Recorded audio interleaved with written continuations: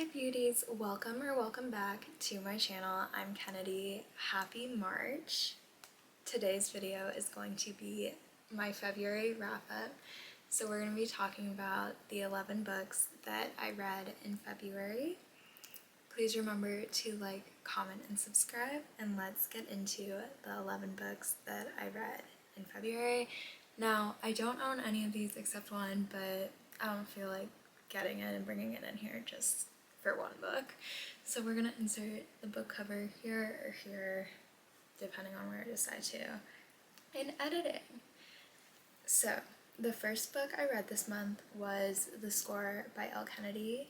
It is the third book in my off-campus series, and we are doing a reread.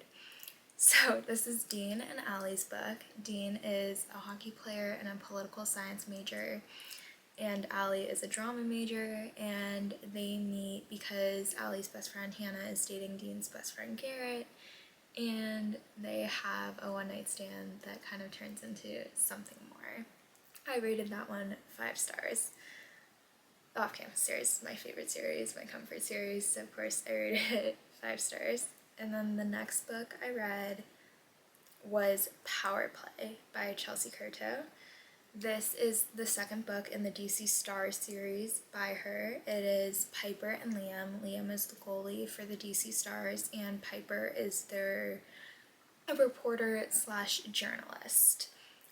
Now, this one I was enjoying at first. It's like a teach me kind of thing, but it started to feel like she was just throwing tropes in there to have them there, like marriage of convenience, accidental marriage. Like, it felt like it would have been fine just with the teach me trope without all the other tropes, and so for that reason was a 3 star. Now I really do love the DC Star series. My favorite so far is Slapshot, which is the next book. I hadn't read Power Play, and I've yet to read Face Off.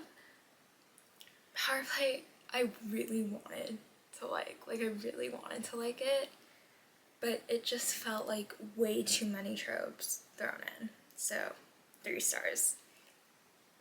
Next, I read Overtake by S.J. Silvis. Now, I was lucky enough to read this one as an ARC read.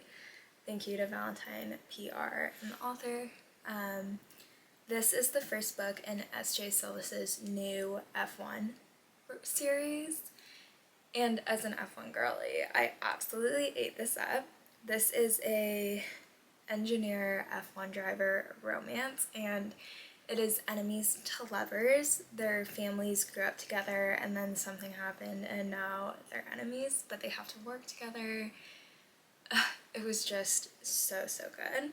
I gave that a 4.5 star. Absolutely loved it. Just wasn't a 5-star feeling.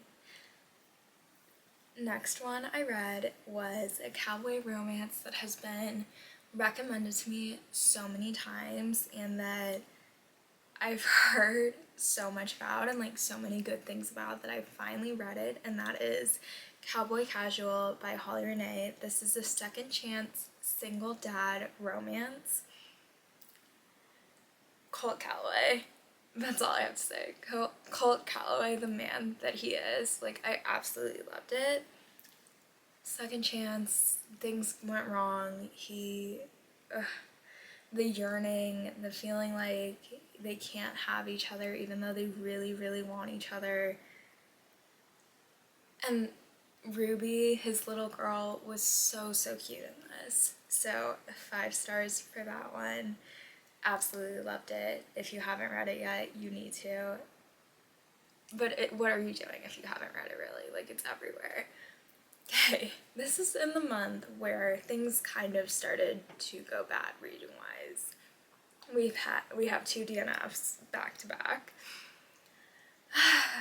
Savor It by Tara DeWitt. Now, I've only read one other Tara DeWitt book, and that was Funny Feelings, and I think I gave that one a 3 star. Let me check. Funny Feelings. Yeah, I gave it a 3 star, so I didn't love it, but I didn't hate it. Now, Savor It is a small town single dad romance. He is the guardian to his sister's teenage daughter, and they move to this small town where he is next door neighbors to, oh god, I don't even remember her name. That should tell you how much I liked it.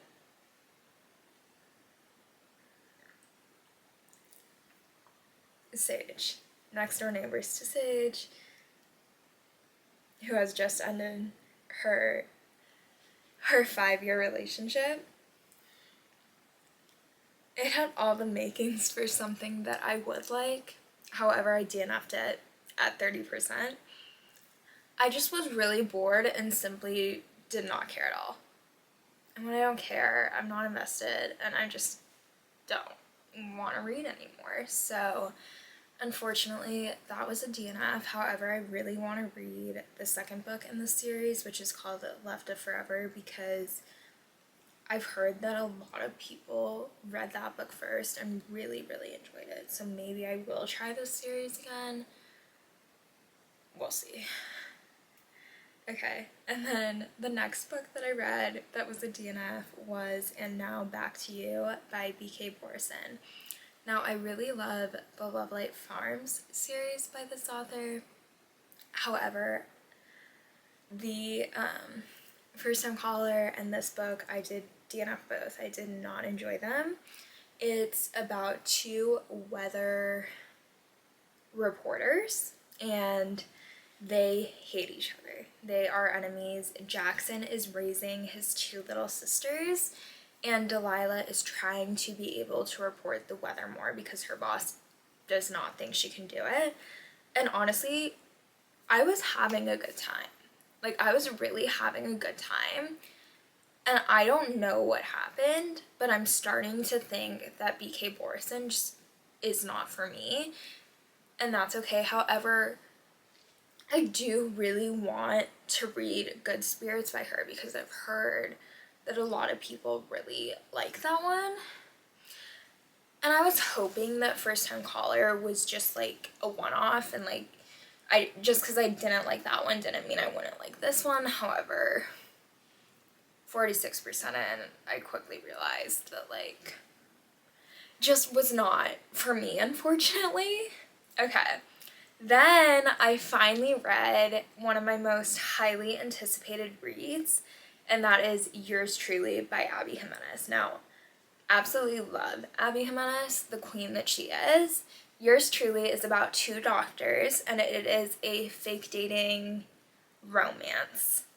And the mental health representation in this book was incredible. It was everything and more. I related to it so much, and I really appreciate Abby Jimenez for writing this kind of mental health representation, because I feel like mental health is still like such a stigma around it, and like it's hard to talk about it, and so I appreciate when it's talked about really well and beautifully in books, and I felt like this one was done really well.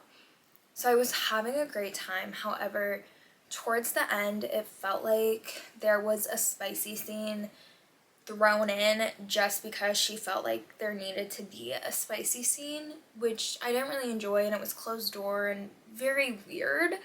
And it sort of felt like at the end all this drama was thrown in just to be there. So because of that, I rated it a 3-star, because it was probably going to be a 4 or 5-star, but then that just really took me out of my enjoyment of the book.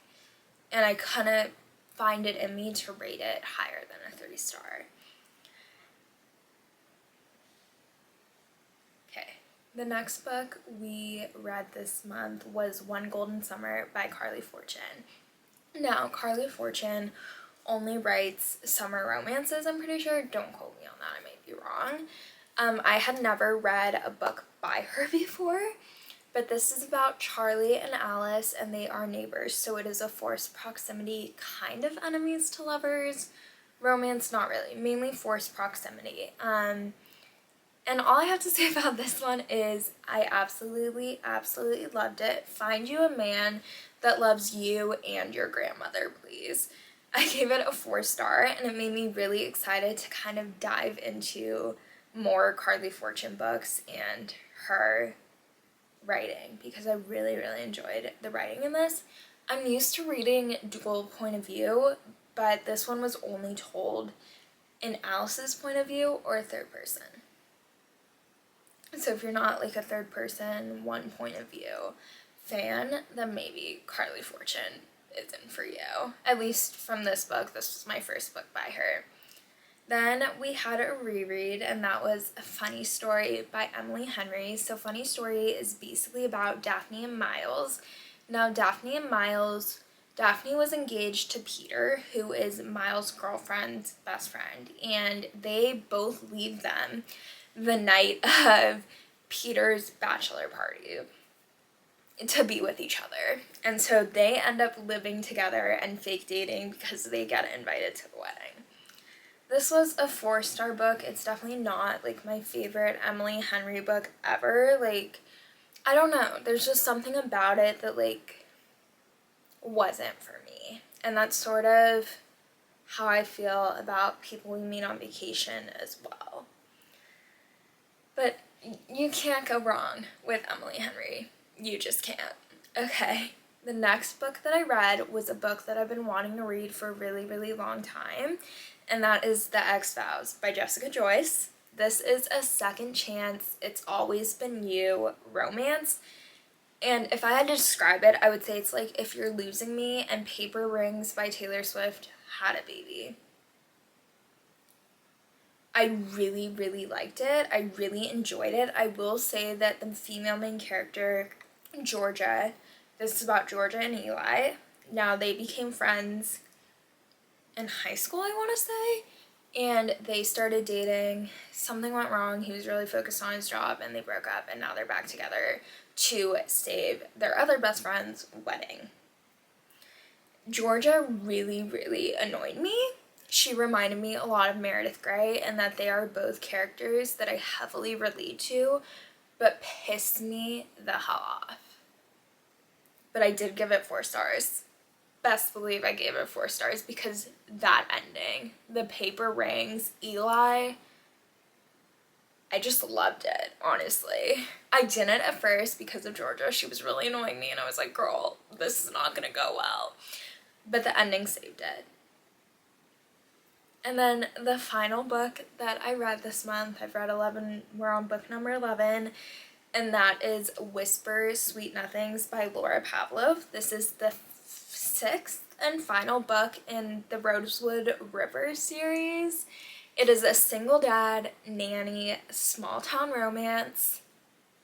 This book was everything and more. It really, truly was.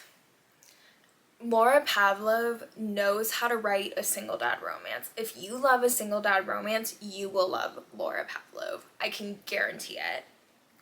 Melody was so cute.